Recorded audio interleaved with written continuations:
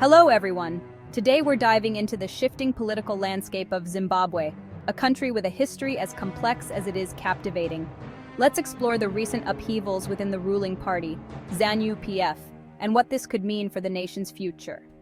First up, a significant shakeup has occurred at the top echelons of power.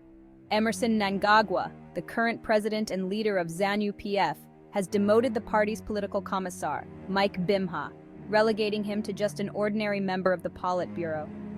This move is more than a simple job change. It's a profound shift that could signal changes in party dynamics and strategies. But that's not all. In another surprising twist, Jacob Mudenda, previously a key figure in the party, has been reassigned to serve as the party treasurer general. This reassignment is critical.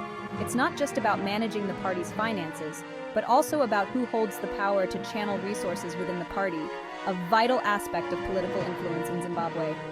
Why does this matter? Well, ZANU-PF has been the dominant force in Zimbabwean politics for decades. Any turmoil or restructuring within the party can have ripple effects across the entire political spectrum of the country. These changes come at a time when the nation is still grappling with political isolation from the West and ongoing economic challenges. The backdrop to these changes is the general atmosphere of tension surrounding the upcoming elections. Historically, election periods in Zimbabwe have been marked by heightened political activity and, unfortunately, sometimes violence. The recent reassignments within ZANU-PF could be a strategic maneuver to consolidate power ahead of the elections, ensuring that key positions are held by those most loyal to Mnangagwa.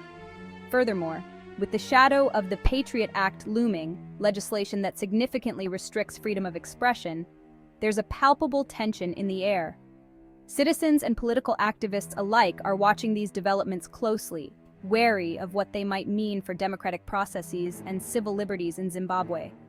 As we look ahead, the big question remains: how will these political shifts within ZANU-PF affect the landscape of the upcoming elections? Will it lead to more democratic openness or tighten the grip of the ruling party?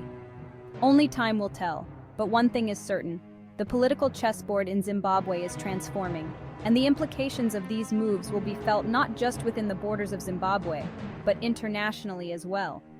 That's it for today's deep dive into Zimbabwe's political shifts.